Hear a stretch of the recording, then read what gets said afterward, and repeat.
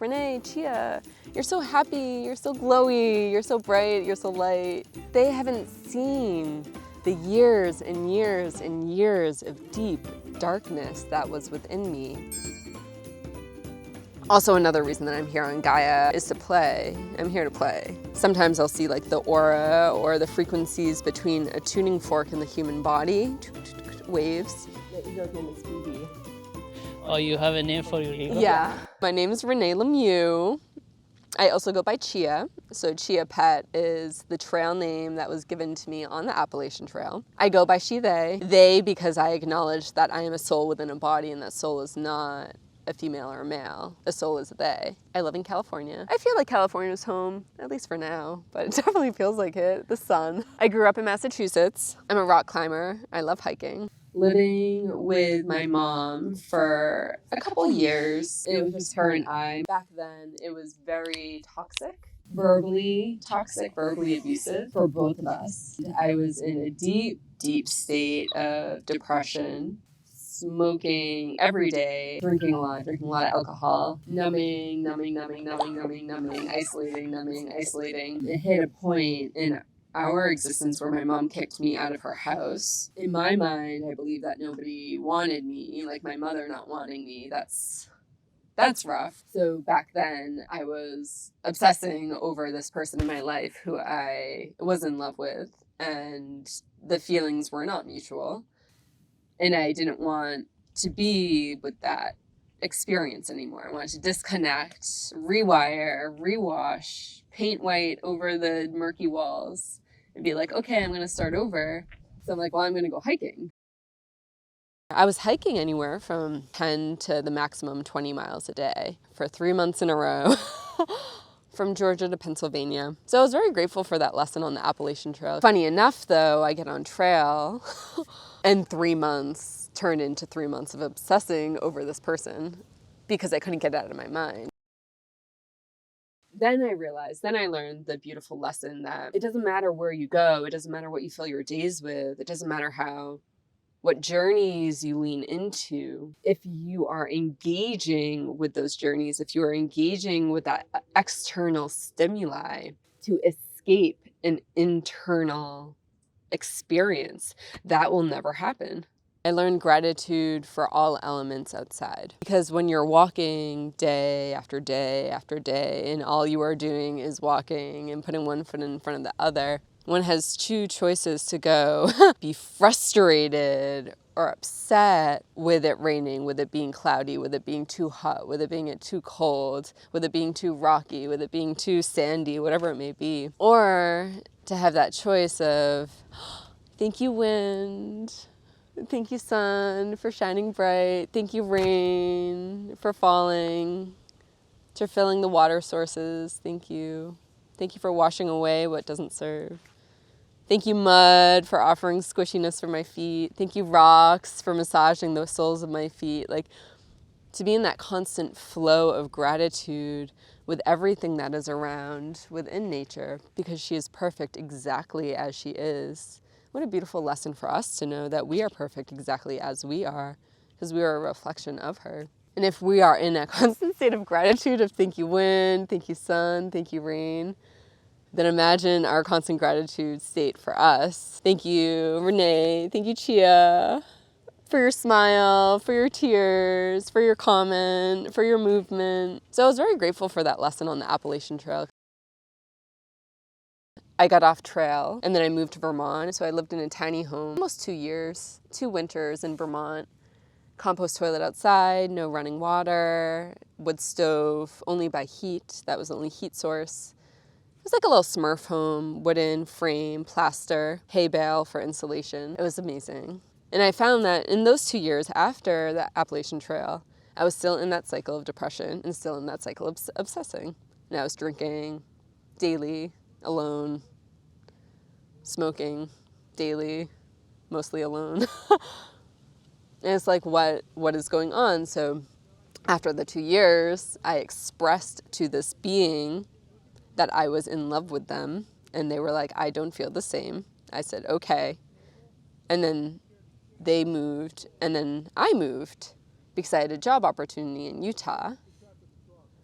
And so I started driving cross country. I'm like, this is it. I can be over. Like, this cycle and this pattern that I've been in for years can finally break, because now I have that emotional awareness that the feeling is not mutual.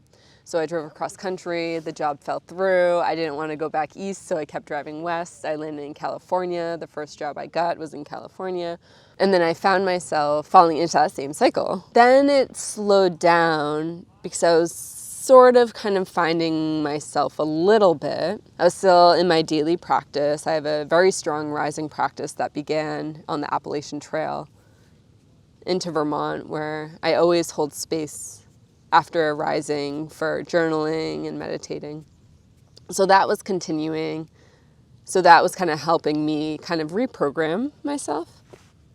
But then I met another person, and then the same cycles that I was involved in previously with this being were now being projected onto this new person. That during that time period, I was diving into spirituality. And it wasn't until probably like 2019 that I fully entered that new world. And my community that I worked with all seen, valued, and loved me for who I am. And that was really powerful. So that supported with my journey of authentically expressing who I am and releasing any caring around what other people may perceive me to be as. And then the Enlightened Studio, Enlightened Meditation, that was major because I was able to attend weekly, multiple times a week. I was going to guided meditation classes and Reiki. So I was receiving Reiki multiple times a week. From the inside out, I was reprogramming myself through the support and the love of community and all of the gifts that others have to share. After it all, one can be conscious, one can be spiritually woke. Like, one can have that awareness. That awareness will not support with the reason of being if the internal dialogue is not one of love and safety and support. And I think it took from 2016 until 2021 to realize that there is I can escape as much as I want. I can move countries, I can live in challenging lifestyles, I can put myself in danger time and again to see if it will finally shake me up. But the only thing that will support with my realignment of love and acceptance and forgiving myself is for me to choose it. There's no external that can support me on that journey. There's only the internal. I'm the happiest I've ever been. I talked with my meme on the phone. Meme, she's like, as long as you're happy, Renee. I'm like, meme, I'm the happiest I've ever been, ever. Like, it doesn't matter where I am in life. It doesn't matter what people deem to be successful or not. Overflowing with happiness, and that's all that matters. But so I am a one-on-one guide. So I support individuals on a one-on-one basis over the course of 6 months to hold that container of support and safety and beauty and love to guide individuals towards the path that they're seeking. Take off your shoes and your socks. You may close your eyes. You soak in the sun. And feel the elements, notice the elements. You may begin to connect with the energy, the sensations of the bottoms of your feet to the earth.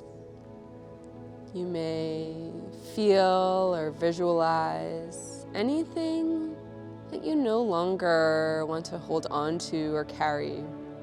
Maybe it's thoughts or feelings.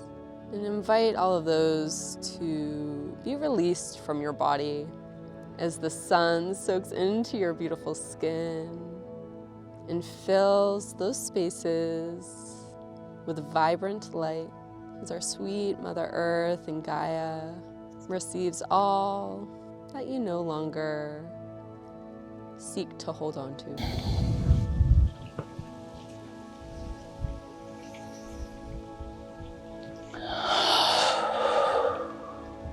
Feel amazing. I never like tried this type of meditation. It's so grounding and feeling the sun and the ground at the same time. It's beautiful. That which is available to us all at any moment in time. I offer tuning fork offerings. So tuning forks are certain frequencies and vibrations that support with the energetic fields and the brain frequencies. And there's different kinds of tuning forks, different notes, different vibrations, ready to be forked. Invitation to explore essential oil. You can also set an intention. You rub together with your wrist. Behind ears, base of the spine, the third eye. Also going to do one on your palms, and you can rub together and then raise to your face. Deep inhales in, exhale. You ground into your feet, eyes closed or gently gaze. Beginning from the crown of your head, connecting with the sun energy, this equinox light.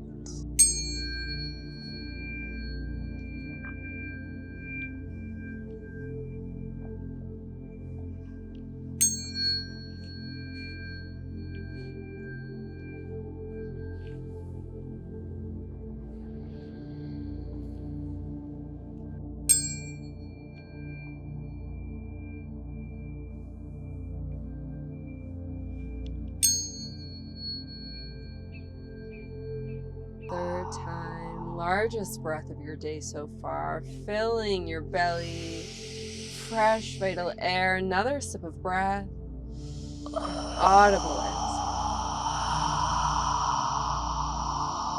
exhale. So what I did, I went around and cleansed your energetic fields, drew light down around you, grounded and connected, and then I did heart center and throat and third eye. And then the hiking yoga. And then yoga. I teach yoga downtown San Jose. It's so beautiful. Evening classes. For community offerings, like whoever shows up is meant to show up. Because today's beautiful. Thank you for showing up. It's so beautiful. Thank you so much. Oh, thank you. I'm so grateful, seriously. I'm so grateful for you and everything you're doing for yourself, for everyone, for the community, for Gaia. So grateful for you. I receive.